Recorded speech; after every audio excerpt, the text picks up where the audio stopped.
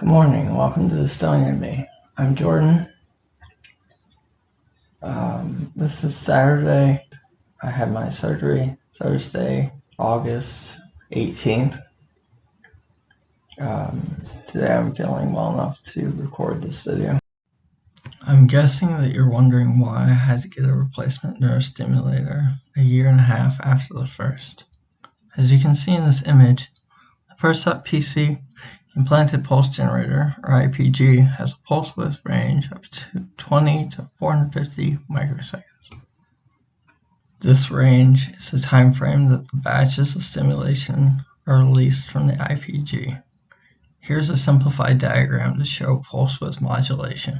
The narrow pulse width correlates with a smaller microsecond time, while the wider pulse width correlates with a larger microsecond time. My stimulation was set to 90 microseconds, which does fall within this range, but the 5-year battery lifespan was stipulated on the lower end of that range. There are a number of factors to weigh when deciding an IPG. I chose the Percept because of local field potential, LFP sensing, or what Medtronic calls brain sense. This allows for data on neural activity to be recorded before and during stimulation was turned on in my device.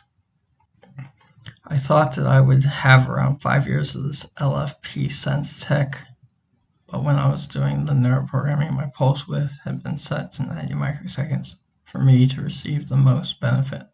My neurology team couldn't know what settings would work for me until they saw how my body reacted in clinic over a year of programming. My hope was that the Percept would last me 5 years so that I could wait for the rechargeable version, but alas, this was not the case. My current neurostimulator is Activa RC. Now the pulse width range for the Activa RC is 60 to 450 microseconds. I still have more stimulation than the baseline of this battery, but it is rechargeable with a battery life of 15 years. This lifespan is not contingent on the pulse width, but is set by the FDA to reduce the chance of malfunction of the battery. My incision site's healing nicely. I'm noticing that this new neurostimulator, IPG, is more comfortable than the last one. It's a bit smaller. So this is the control unit for my therapy.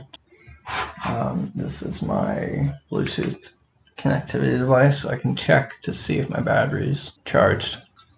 This is the collar that I get for recharging, and this is the recharger, and it just connects directly up to the control unit. So I'll turn it on right now. I will turn it on. You can see it beep. And then as it beeps, you'll hear it you'll hear it beep at me until it has a good connection with the stimulator. There we go. So it'll keep beeping like this until I'm able to get a good connection, and then it makes that noise. Once it connects to the recharger, I will recharge like this for around an hour to 2 hours, depending on the charge.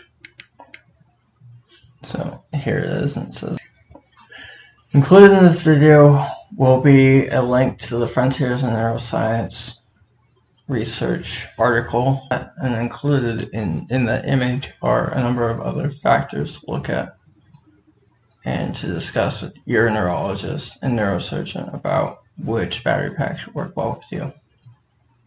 I'm glad that I had the Percept PC battery and neurostimulator at first, because then I was able to help the neurology team gather data on how my brain is misfiring so that they can build better models in the future to assist in furthering DBS research and continued improvement in the neurostimulators.